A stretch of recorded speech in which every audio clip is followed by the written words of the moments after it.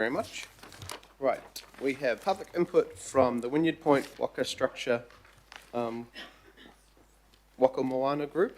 We've got Sir Bob, I think, going to lean off, but if you, anyone who is at the front,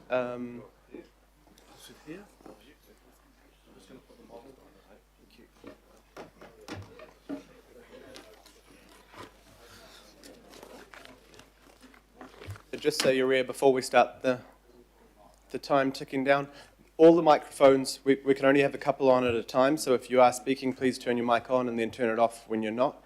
If you want to just briefly introduce who's at the table, and then we'll start the 5 minutes, and obviously, as you've seen, there'll be questions as well. Mr. Chairman, Mr. Mayor, colleagues. If you could just bring the mic closer to you, Sir Bob, we just won't be able to just bring it closer to you. Yeah, thank you, so everyone can hear. I'm delighted to be here with a team that have worked together for the last 5 years to bring together an outstanding idea for Tamaki Makaurau, for New Zealand, for this nation, and for this wonderful city, which we all represent, and I think love dearly. The design and the idea came from Warwick Pascoe and was developed by Lindsay Mackey from his, I would think, astonishing ideas that he brought to the Auckland Gallery and the Auckland Business School. This dream for having an iconic building on Wynyard Point was something that I had played with, if you like, and developed with a team when I was chairman of the waterfront. The idea of Wynyard Point being so special and perfect for something that would be a legacy, if you like, for this generation, future generations. Sydney Opera House, which I think you probably all know, looks glorious. This is that kind of project, and in the next few minutes we're going to show you how we think this can be developed, working together in partnership. We have certainly familiarised this idea with Māori, Pacifica, with politicians, with people that we believe, poets, writers, if you like, artists. We have familiarised this design with enormous success. This team together will introduce themselves as we talk about it, and we would put it to you today that we would like a partnership with this project for future generations to celebrate something in this city, in this fine country that will be last as our legacy. Kia ora tātou. Ian, the floor is yours.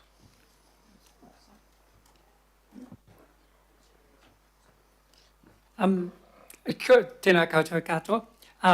I bring a story from Dunedin to the shores of Tamaki Makaurau. And the reason I do is that personally I believe that Auckland is the city to tell this story of us to the world. It's a story that begins in Africa more than 60,000 years ago. Across thousands of years, humans of all generations, our ancestors, moved across the planet. And then around 3,500 years ago, something remarkable happened. They reached the edge of the greatest expanse of open water on the planet, the Pacific Ocean, Te Moana Nui a Kiwa, and they kept going. Professor Lisa Mataso-Smith began her mitochondrial DNA study of human migration back in 2012. Today she describes the migration of Polynesian voyagers across the Pacific Ocean as one of the greatest stories in the history of human migration. It is a story the world needs, or the globe needs, to understand. And this is that story.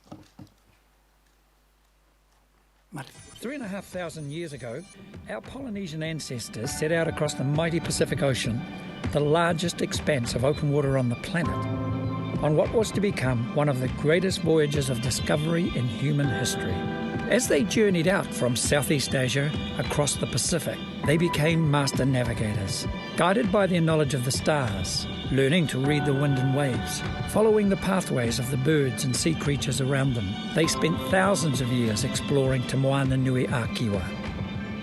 They discovered islands like Samoa, Tonga, Fiji, Rarotonga, Tahiti, Hawaii, and Rapa Nui Easter Island. They even made it as far as South America. 1,000 years ago, our great voyager Kupe set sail from Hawaii in a state-of-the-art double-hulled waka, a waka haurua, on a voyage of discovery that would take him across thousands of kilometres of the Pacific Ocean. Guided only by the stars, the sun, and the ocean currents, this was no accidental voyage. He had set out for a land he knew was there, the land of the long white cloud, Aotearoa. When Kupe returned with directions, a new wave of migration began across the Pacific Ocean. More than 500 years later, Captain Cook, guided by a Tahitian navigator called Te Paia, followed in Kupe's footsteps, arriving in New Zealand in 1769. Well, just want to put your mic back on.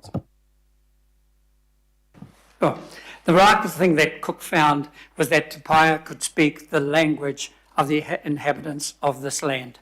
They shared the same language. Cook had discovered a nation of fellow navigators, voyagers who had made Aotearoa their home. One small jump to the Chatham Islands and the story of human migration was complete. That's our story, and we are the only ones who can tell it. But our story didn't end there. Here from the bottom of the world, we kept voyaging, kept looking beyond the horizon. We split the atom, we climbed Mount Everest, we won the America's Cup, and a young boy from Invercargill lived his dream. 700 years ago, our ancestors arrived here in state-of-the-art craft, guided by the stars and ocean currents. Today, from Mahia Peninsula, Sir Peter Beck is sending state-of-the-art craft back to those very stars that brought us here.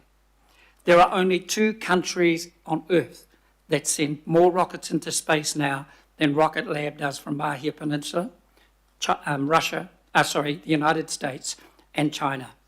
These are our stories. There are countries and cities all over the world spending millions of dollars trying to create a story that makes them distinctive. We don't have to invent ours. We are the only country on Earth that can tell the story, from one of the final great chapters in the human migration across the Pacific to a nation that is still looking towards the horizon and asking, what's next? If we are going to tell that story, then we should tell it brilliantly from the shores of the Waitemata. And to do that, I'd like to introduce someone who played a major part in putting New Zealand on the world cinematic map, telling a story from New Zealand about a fictitious land called Middle-earth. Now is the time to tell the real story of the land voyagers, my friend and colleague, Sir Richard Taylor. Hello everyone, it's lovely to be here with you all. My name's Richard, I am the co-owner of Weta Workshop and the creative director. We're probably best known for our feature film work here in New Zealand, but we've spent most of our careers also building immersive experiences both in New Zealand and around the world. And for me, immersive experiences are a fabulous way to communicate with the public because it is in the immediate, in the real world, and gives us the opportunity to wield our craft in a very forward-facing way. The operations that we have both here in Auckland and in Wellington only cover 2,000 square metres of space, but we're seeing about 200,000 people a year come through with an increase every year on that. Since COVID, we've seen a worldwide uptake in the destination experience economy due to the fact that people are turning away from digital media and desiring to find memories and social interactions in their general public in the spaces that have been built across the world. We've had the great joy of creating immersive experiences in the Middle East, in China, back here in New Zealand. We've built the largest traditional Chinese medicine museum in the world, doing the largest pavilion at the Dubai Expo. And in fact, the experience in Wellington, Gallipoli, the scale of our war, has now had 5 million people through the doors. All of this, to me, reinforces the fact that there is a demand for a spectacular, world-class visitor centre with an immersive experience telling this rich and beautiful story that Ian has shared. To me, it's the story that is yet to be told. We have something of incredible power in our hands, and the opportunity to share that, making a destination out of the city for people from all over the world to come and view. What's on the screen right now is the world's largest duty-free shopping mall, of which we did the atrium, an investment by that shopping mall company to make sure that 100% of their shop space is filled, and the 100% of the visitation they require to make it economically possible is also fulfilled by creating a unique and immersive experience, even within a shopping mall. But whether it's a natural history museum in Abu Dhabi, a Chinese museum in Zhuhai, at the moment we're building an immersive experience for cats and dogs, the first in the world to be put in Shanghai and rolled out across most centres in the country, in China, or whether it's Punamu pathways on the west coast or Le Quemois in France.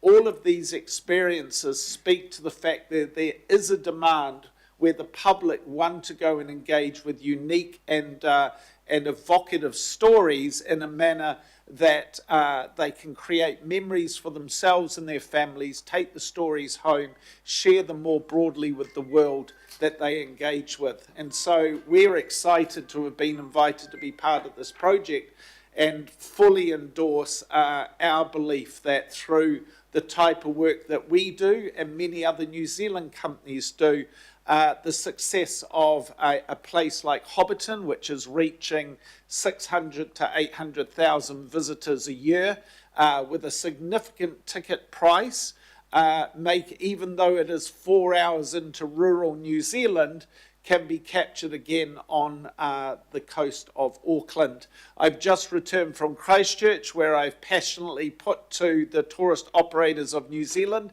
that it is time that we find a new voice for our tourism offerings of our country. New Zealand 100% Pure has played a wonderful role, but with film tourism, agri-tourism, and now cuisine tourism, of course, cultural tourism as the foundational point. Why not creative tourism, something that unites all of the creators across the country? And I believe Te Waka Moana could be the anchor point of the canoe that could be creative tourism within our country.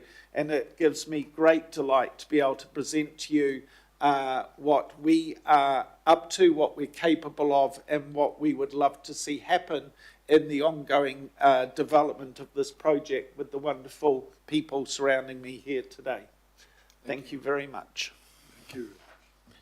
So just to wrap up, Mr. Chair, not the easiest act I've ever been asked to follow, but very briefly, we see a profound opportunity with what you've heard from the three sirs this morning, the work that's been done, the opportunity, the history of Polynesian seacraft generally is an incredible combination of the Te Waka Moana initiative and the work that the Council's already been doing Te Ara Tukutuku at the Northern Wynyard Wharf. We've been spending about 6 years now trying to answer the question, what does success look like at the end of that Northern Wharf? Not on Auckland's best weather days, the beautiful sunny weekends, not when there's special events, but Auckland's every day, which can be a bit grey, can be a bit windy, sometimes it's a bit wet. And our analysis is that it's an amazing area, but it's also one of the least accessible parts of the central city. It is one of the hardest places to get to for the majority of users. We've identified, based on a series of international exemplars and metrics, an ambition for that space, given its prestige, its mana, of at least 5,000 visitors a day. Might sound a lot, but there's something like 200,000 people a day in the central city. So it's not about having people that might want to come to see and experience the likes of what you heard today, it's how to get them there. And we are genuinely concerned that an open space park alone is going to be known for being much more empty most of the time than it's full. The idea of a major destinational attractor like Te Waka Moana as a means to just consistently bring people in every day, not just to the park, but also North Wharf, also the nearby precincts, connecting back to the central city, contributing to the DNA of Auckland in a really vibrant way, we think is tremendously exciting and has the potential to exceed a regional or even nationally significant outcome. We could see this in conjunction with a precinct around it becoming the international epicentre of the Polynesian seafaring experience, expertise, tradition, building and crafts.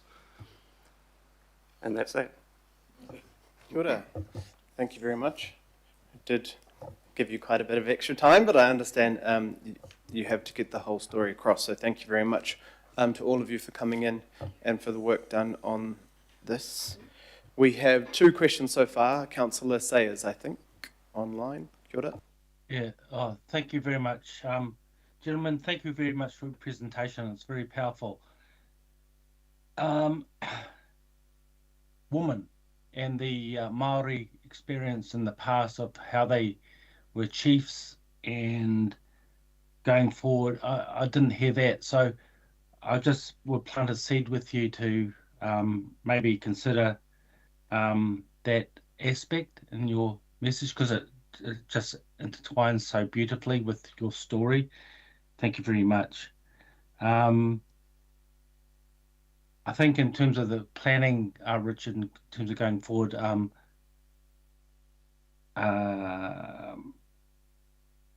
no, what do we do? You know, I don't know. I have to defer to you to how you incorporate these stories into our designs going forward. But I guess just my simple message is that we had the first vote.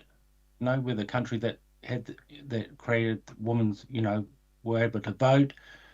Before that, there were chiefs that were women and dominated. You know, kind of the decision making. That story too, I'd love to be able to be expressed, and I don't know if our audience today would like to comment about that. Yeah, I think that was a question. I think so. Yes. Ian. I can assure you wahine toa are at the core of the story. One of the great stories we tell is of Auntie, who arrived at a Wairau bar in 1280. Her remains have just been dug in one of the most amazing exhibitions, but wahine toa are at the core of the story, and it was one that was highlighted in 2019 when the Waka Haurua from Tahiti to New Zealand came as part of the commemoration of the 250th anniversary of Captain Cook. That Waka Haurua was skippered by a 23-year-old wahine from Tahiti, and the one of the 2 celestial navigators was her auntie. So please be assured that for me, wahine toa at the core of the story. But I should also add that this isn't just about Polynesian voyaging. It does take us through all of the things that New Zealand has done. The jet boat, the splitting the atom. You know, this is an amazing story that only we can tell. Kia ora. Thank you. And the New Zealand vote, right? Okay, thank you, Councillor Sayers. Councillor Thank you. Turner. Thank you very much. Who can't be blown away by that? And the way you started at the stars and finished at the stars, it's all great. The party poopers, the dollars. So you're asking for 300 million is kind of what our contribution to all this would be. What I want to know is how, you know, where's the commercial driver? Where's, you know, you're confident that there's a business plan that's got a payback. And then I did hear the comments about Hobbiton. You know, yes, extraordinary good ticket returns, but how would we, in this situation, Kiwis, Aucklanders, locals, you know, we should be getting to this heritage of our own at lesser cost. So, you know, how would we do that marketing where all those foreigners pay for it and we only contribute, you know, we've already contributed by being in this agreement together? Mr. Chairman, if I could answer that. This whole proposition, I sent out to you a very detailed business case, which I emailed out to all councillors. But if I can put it in really simple terms, what we are expecting and hoping is that of the 2.5 million visitors that arrive at Mangere, international visitors, We would like to capture just 10% of those. That's about 250,000 people. And we, through this attraction, we want them to stay one more bed night in Auckland. So Auckland is known to be, from a tourism perspective, it's very leaky. We want to make it a bit more sticky. We want them to stay one more bed. Now 250,000 people, $400 is the drop. That's $100 million of revenue flowing into this economy every year. And when you look at the costing, all my slides have gone, but I just want to set that up to you very, very simply. What we're really saying is, you've budgeted around $325 million for Te Aroha Tukutuku. We, with an initiative like this, and the people are involved, and the fact that it includes a global tourism destination, we would expect government to match that dollar for dollar, as it did, not quite dollar for dollar on the art gallery I was involved in, similar sort of structure of financing on the University of Auckland Business School. And then we would top that up by, it's an aspirational target of $50 million of private philanthropic donations, okay? So I won't go in, I know that's a very big ask. I've spoke to the chairman who raised the money for the art gallery. He said it can't be done. We think we've found a way that it can be done. So a mixture of local, central government and private philanthropy. That's how we see this project. And if you think about it, if we could collectively convince the government to contribute dollar for dollar, that's money that isn't coming to Auckland now. That would be new money coming into Auckland. If we get the $50 million from our high net worth families, that means that the council could have this facility for no more than they're currently budgeting for Te Aroha Tukutuku. Mr. Chair, if I may, for just a subsequent question. Thank you, and I appreciate all that, and I too agree that the Wingard Quarter could be really much better with something like this. But that just leaves the last question. How do we, in the practicality of the delivery, I wouldn't want to see Aucklanders, New Zealanders, kept at bay from that history and that stuff that we're talking about there because of price. So how do you manage that on the, that's something, a challenge going forward. Thank you. Well, I think you know that in many of your facilities now, there's a two-tier pricing system. So if you've got an invoice, you can present that you're a local and you get a discount, right? That's the way we see it happening. But if I listen to Sir Richard, he tells me that this destination will be sold out online like a Great Walk. So international visitors, this will be an absolutely must-see attraction, and they'll book it out online before their arrival. That's the model that we're following. Just to add some colour, I may be the only person in the room that actually operates an experience in central Auckland. That's incredibly challenging, much more challenging than it is to operate an experience in Wellington. Wellington only gets 10% of the tourism traffic that comes into Auckland, but as most of you are probably aware, Auckland's become what's known as a pass-through city, right, where people don't really stay, they're passing through on their way to another destination because Auckland doesn't offer the tourist a great deal of things that they can go and do as a destination. We need a very large lump of very sticky blue tack in the city to try and arrest people's stay for at least one more night before they set off down country. And the numbers that we get in Wellington remain higher than the numbers that we get in Auckland, even though we're getting a 4.7 out of 5 TripAdvisor rating on our Auckland experience. So it's not for the lack of the experience, it's just simply for the lack of the sheer number of people that now come into central Auckland from a tourism perspective. And I can't answer your question about the economics of that, that's for my colleagues to do, but I can wholeheartedly see that a significant experience that keeps people in the city for another night could have immense economic value to the city. Could I just quickly add, you know, it's the why and the how. I think we should maybe step back. The why is very clear. You know, this is an amazing story to tell. I think the way we look at the world and the way we take on projects, we look at the why, we agree on the why, and I think maybe we step back and work out the how once we agree that this is an experience that would serve New Zealand really well. And I say this as a proud Dunedinite.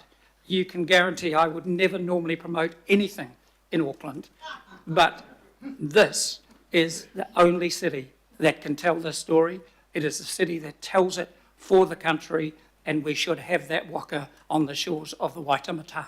Thank you. Kia ora, thank you. Mr. Chairman, thank you. Thank you. We're running Oh out no, of we've still time. got 3 more questions. Thank you very much. I told you you'd get time, Sir Bob. Kia ora, Member Wilson from Hokura. Kia ora, this will be short and sharp. Got a couple of pātai, and I agree. We know the why. My pātai relates to whose story do you consider that you're reflecting by way of what you're putting up before us? Whose story is it? It's the story of Aotearoa that begins with the story of our Polynesian navigators. And again, this is a story that will, again, once we start to talk about the how, there will be ideas and stories that come to us that may change the story of the how.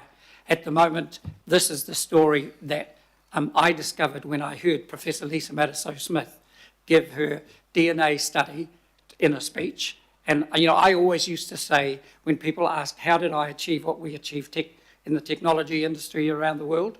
As a Māori, little Māori kid from Ropong in the Hawke's Bay, I always used to say I surrounded myself with really clever white people. It wasn't until I heard this story that I realised that this was in my DNA.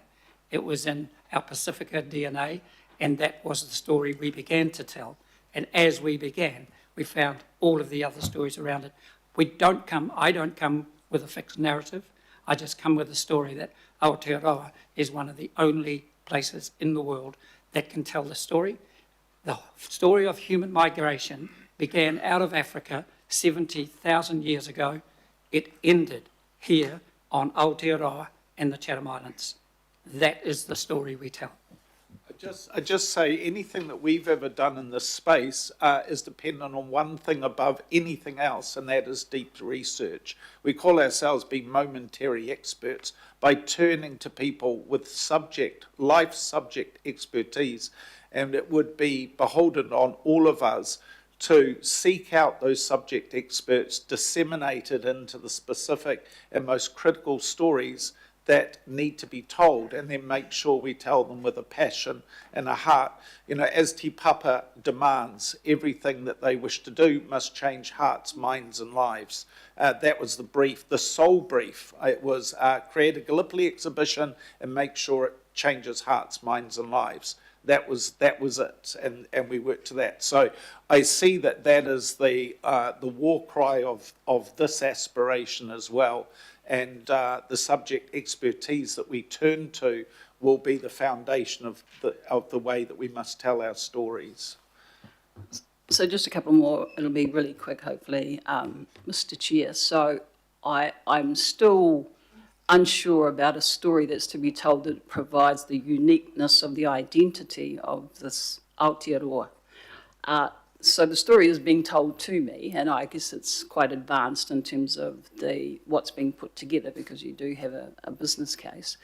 You're talking about research, I thought you said. What advice have you sought to ensure that the authenticity of the story that's intended to be told, because as I say, we know why, but what are the basis of a story that's being told? And you'll be well aware that iwi Māori would say, we tell our story, nobody else tells the story. So how does that come figure in there? So I guess I answer that because this actually is the story I've been telling for a long time. I've brought Sir Richard on because of the skills they have to tell. I suppose in the simplest form, and this might be a little controversial, but I worked with Tā Tipene on the story we told at Aoraki Mount Cook. I worked with Ngāi Tahu on the story we told in Queenstown, about the founding of Queenstown. But I just sort of anchor back to the stories I shared with my aunties. Somebody has to step up and tell these stories, and one of the greatest fears, so we are building a platform that's going to go into every school in the country for free. One of the things I think I would highlight, happy to talk about it, but I've also found that one of the greatest slowdowns of telling this story is that we then end up in a lot of hui. That means that we could be having these discussions in 20, 40, 50 years' time about who owns the rights to the story of Takitimu, for example. I've already had those debates. So we have to make a big decision about this story isn't being told at all.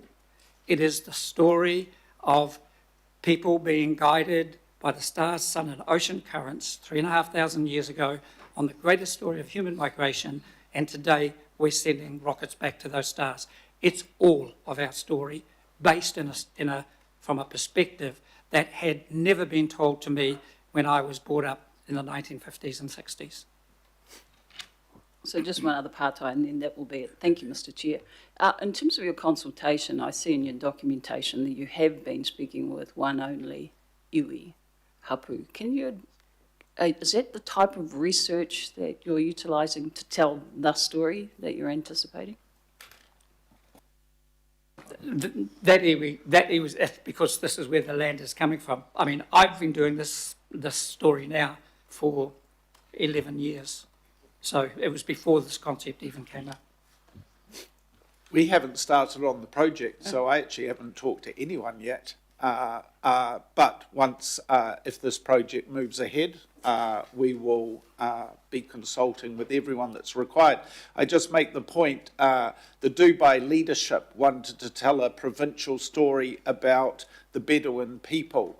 Having tried 2 other companies and losing 2 years, they travelled halfway across the world to Wellington, New Zealand. We told that story for them. 29 million people have now gone through the exhibition.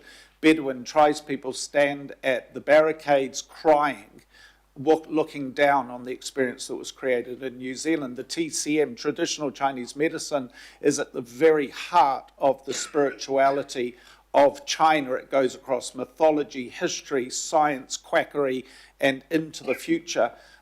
They hired a company from Wellington, New Zealand to tell a passionate story. It's all about one's commitment, belief, and certainty in the subject matter. We are not subject experts. We're far from it. We may have a passing understanding, but we must connect with the right people that makes this happen with the right voice. Just to finish up, the consultation is in the documentation. You've written it through who you have. No. So that's what I was referring to, no more, no less. I'm going to leave it there because we do have to move on. Look, Richard and I have arrived. Our storytelling starts when somebody finds the way to put the waka on the land, which is here in Tamaki Makaurau. So I understand where those discussions have gone, but those discussions have not been about the story. I just want to assure councillors that we have consulted with the mana whenua from absolutely day one. And then I've lost all my slides, but there was a slide up front documenting that, and then the wider consultation that we've been through. It's documented in the presentation. Yeah.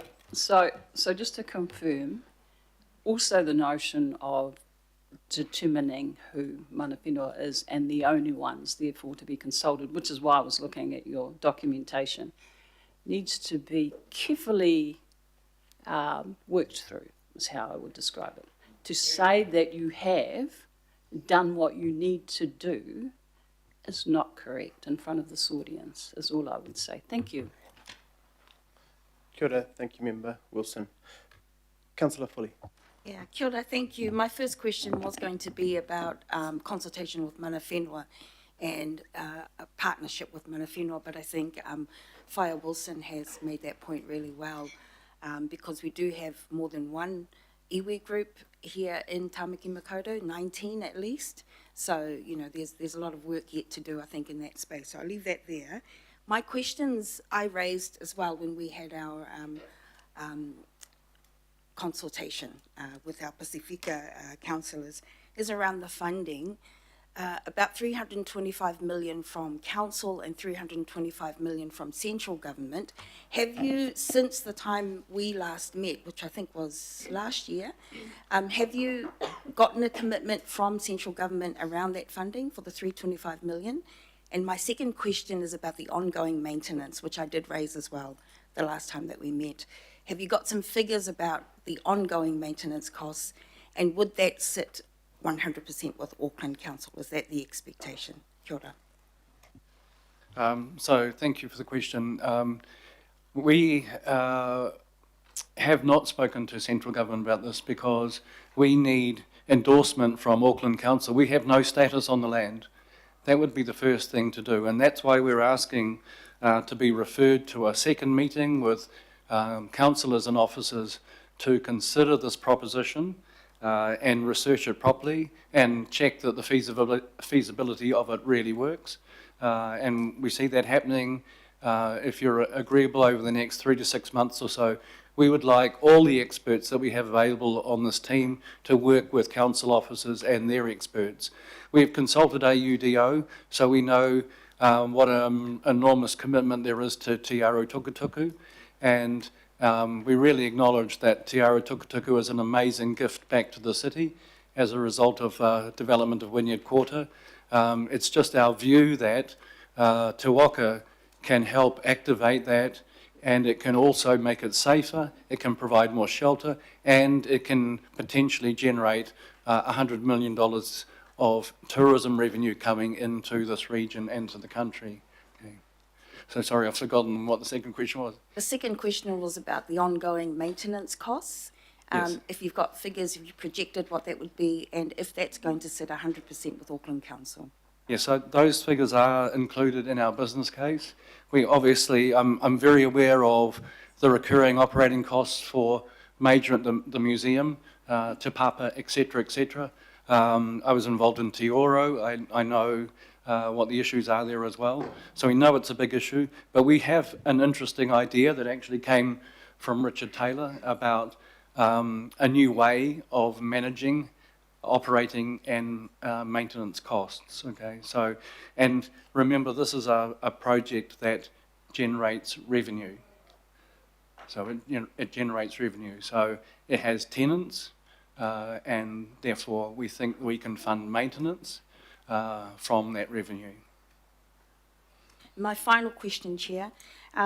If we can't get government funding, for example, and if council itself can't provide the funding, because we are constantly being told to find hundreds of millions of dollars in savings every year, but if we were able to give you the land, say, would you be able to fund that project yourselves or elsewhere or in another way? Kia ora. Let me pick that one up. This idea is so, I think, astonishing, so right.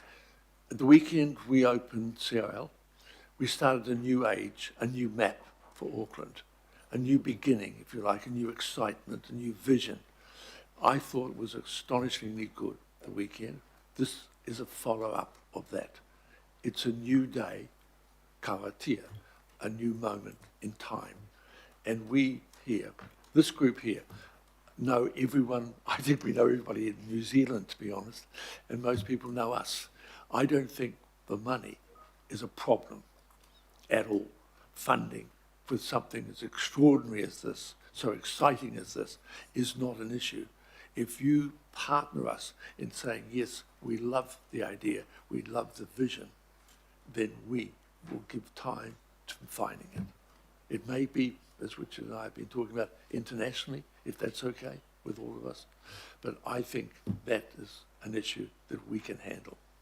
This is a pretty damn good group. I could just add to that. Please, in the presentation that I sent out to you all, I've lost it now, but there are 3 pages that detail the cost, how it's to be funded, and how philanthropy can raise that $50 million. And it also talks about the idea about how we deal with operating and maintenance cost, okay? So I won't go into all the detail, but it's there in the business case and in the presentation. Thank you. Kia ora, but I was raising that because if we can't get the 700 million public funding, then, that's what I was asking, whether it could be funded in another way if we provide the land. Kia ora. Thanks. Kia ora, thank you, Councillor. Deputy Mayor Simpson. Yes, my questions are along the same line. I love the concept. I love the storytelling. I love the exciting use of tech and experiential learning for visitors and locals alike. I'm trying to find a way forward that works for us fiscally, but delivers the same outcome. So my question is, does it have to be part of Te Ara Tukutuku? Can it be part of a hotel development or another development somewhere else that's built into a private development that somehow is funded via a hotel or something to deliver the same outcome? Or are you absolutely wedded for it being this way in this place? I think it's really clear that Richard's attraction and end story could actually be told in a number of different premises.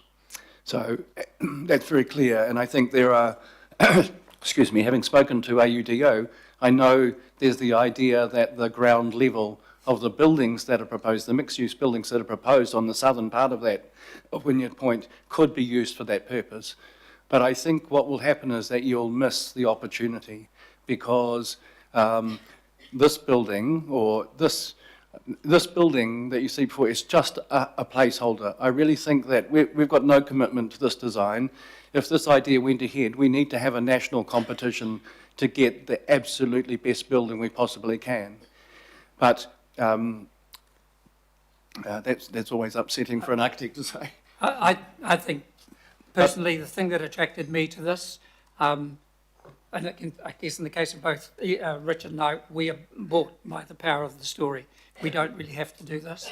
The thing that really attracted me was the iconic, it's our Guggenheim, it's our Sydney Opera House, and it has to be, for me, I would be arguing long and hard that it has to be a waka sitting on the shores of the Waitemata, the shores of the Pacific Ocean. We're the only country that can tell that story. And I think I come back to the how. Let's just agree, just imagine what if. What if this was there? Now, if we think the what if is worth it, now let's get together and step back and figure out the how.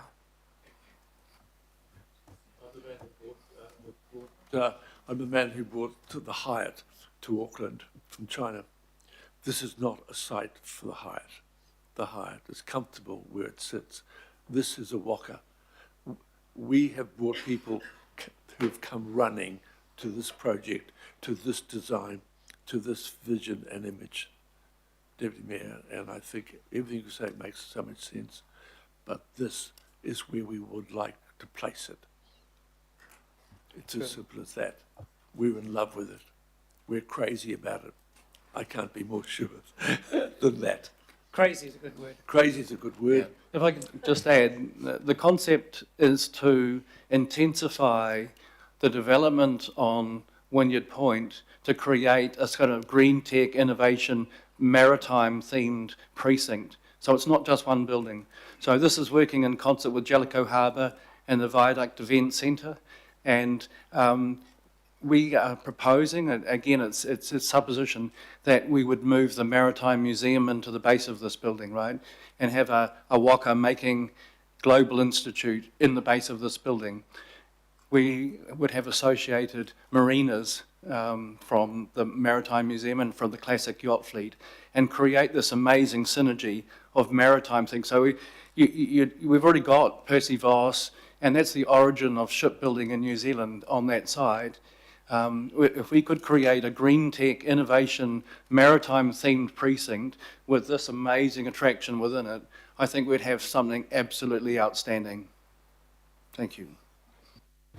Kia ora, thank you, Deputy Mayor. Councillor Ferry, Deputy Chair.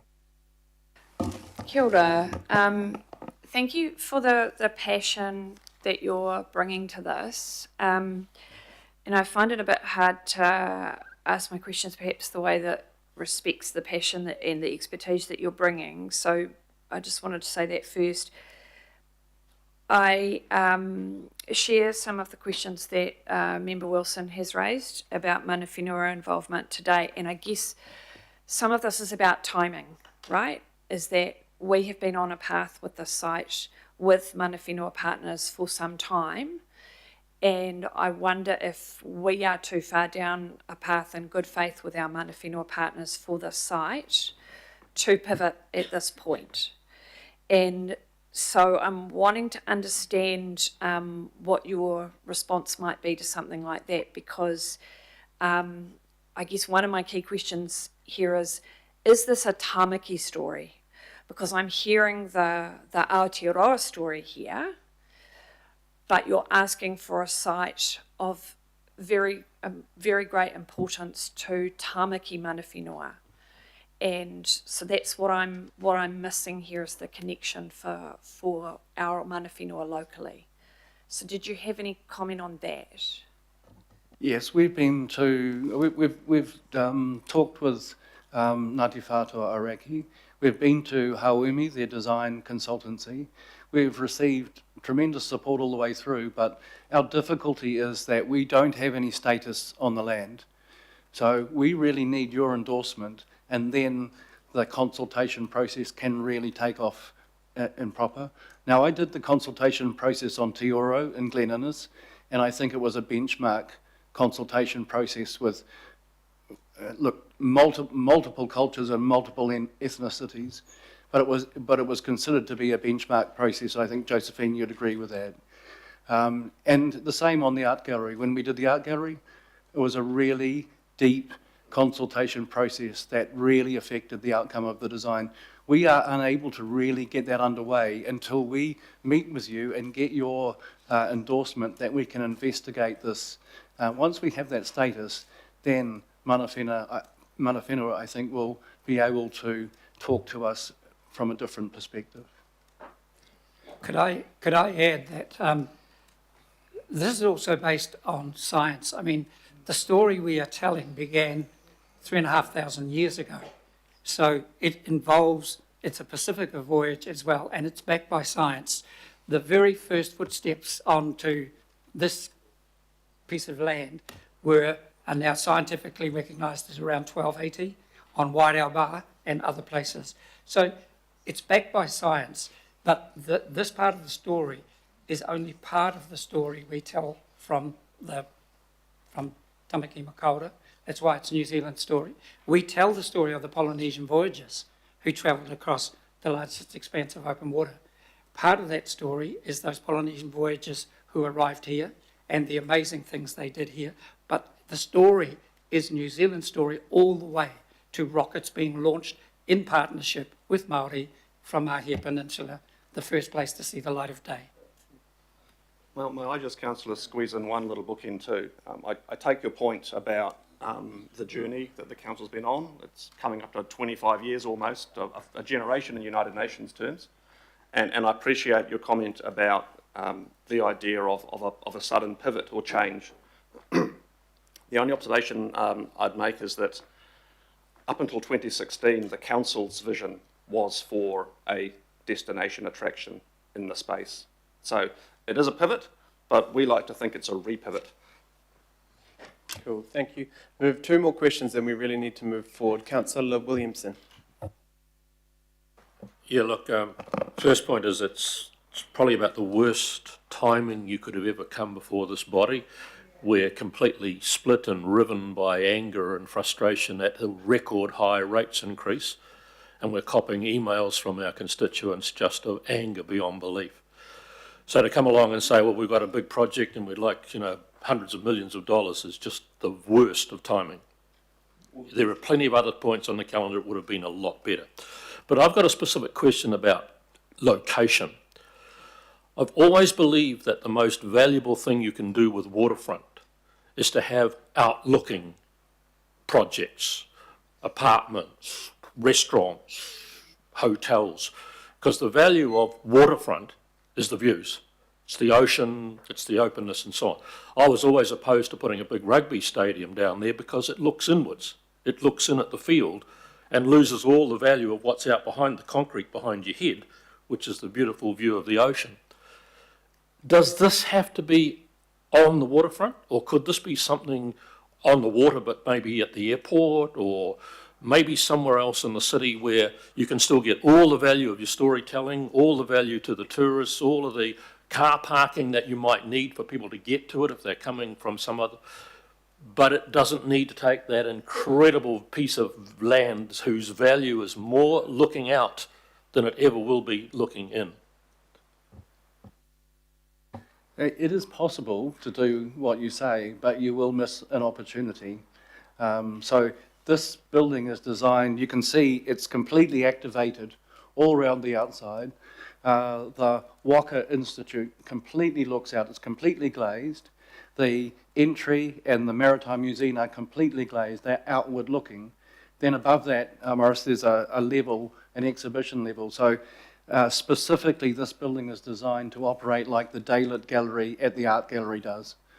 So it's not a closed box. It looks out, it does. And then probably a simple other thing is that right round the top story of this, there's a 360-degree veranda that lets you look out at the whole of the city across the harbour. So we think it's very, very connected. It's not an inward-facing attraction. It's very connected with its environment. Just had these guys allow me a flight of fancy about a year ago where I proposed the idea that you don't actually access the Waka by foot. You actually have to board a Waka somewhere in the city and go on a journey across the harbour and then to sail literally under the building and alight off the building, having actually got sea spray in your face and the sense of salt water on your tongue. Obviously, we may struggle with that one, but the point being that the idea is that the building is there to celebrate the very harbour on which it's placed. You actually make a wonderful point, though. I appreciate that the views are a critical part of this, and when I saw this design, because that was something that was concerning to me, I thought it had considered that so exquisitely, especially with the idea of the viewing platform that gives you the ability to be outside, not just looking through glazing at the view. So. Cool, thank you. Thank you very much. Last question, Councillor Fletcher. Astonishing, you said, Sir Bob. It's astonishing to have two Knights of the Realm here today, and I mean it's very inspirational and. Yeah, it's our horses are tied up outside the front door. I expected nothing less. But I mean, we all love to think about extending visitor nights in Auckland. We love all of these things. But jolly old Morris has stolen my thunder. But I'm a girl who grew up in the Manukau Harbour, and I'm unashamedly a girl of the South. And the Manukau Harbour has such immense beauty, but it also has many, many challenges. You know, economic development and employment and all of these things. Why not give the gift of this extraordinary proposal to the Manukau Harbour, which I can tell you in a really personal way is exquisite. If we're going to tell that whole story of navigation and everything that comes with it, why actually not think about the Manukau? Because its proximity to the airport, the proximity, I just think, and funnily enough, the very next presentation we have today is about the Manukau Harbour. And I always think it's treated as the poor cousin to the Waitemata and the Hauraki Gulf. I would really like to be able to support you, but my preference would be that you sharpen your focus on the Manukau. And also, can I just thank those who were responsible for sending this through on Saturday, early Saturday morning, because it's the perfect time for a bit of reading, and I've been thinking about this for a little bit, and I love the idea. I just think you need to rethink where it might be positioned, because it would do a lot for the people of the South. I think, yes. I just quickly make a connection. I grew up in Te Hihi, and so I sailed off Clark's Beach in my sunburst every weekend for my whole youth. So, now, if I could add, you know, this, if you think about this, this is a whole group of volunteers who've come together to look at this idea, and the concept began with this sitting here. But I mean, sitting here, hearing that for the first time, I would be really open to that discussion, which brings us back to the story is the most important. We are the only country in the world that can tell it. So maybe we talk about the how being, where shall we tell it? I had always assumed that this was the place, but the Manukau Harbour is equally valid if we have those discussions. I'd in my support that. In my law. To, Thank you very much. We will. Yeah. Thank you very much, everyone, for coming. I know there's a lot of work done here, and I think obviously conversations need to continue, especially around consultation, engagement, partnership, position, location, funding. But I think we can continue those. All the councillors have your details now that obviously can contact you separately to this, and I'll catch up with Sir Bob around any further discussions with staff and others around what would take to progress any option. Mr. Chairman and colleagues, thank you very much. Some terrific suggestions. Cool. Thank you. I'll move. I'd like to second. Councillor Fletcher would like to second. All those in favour? Any opposed? Thank you very much. So we have, we're going to go quickly to the Sandspit residents and ratepayers, then to Te Kawerau. Jess Rose has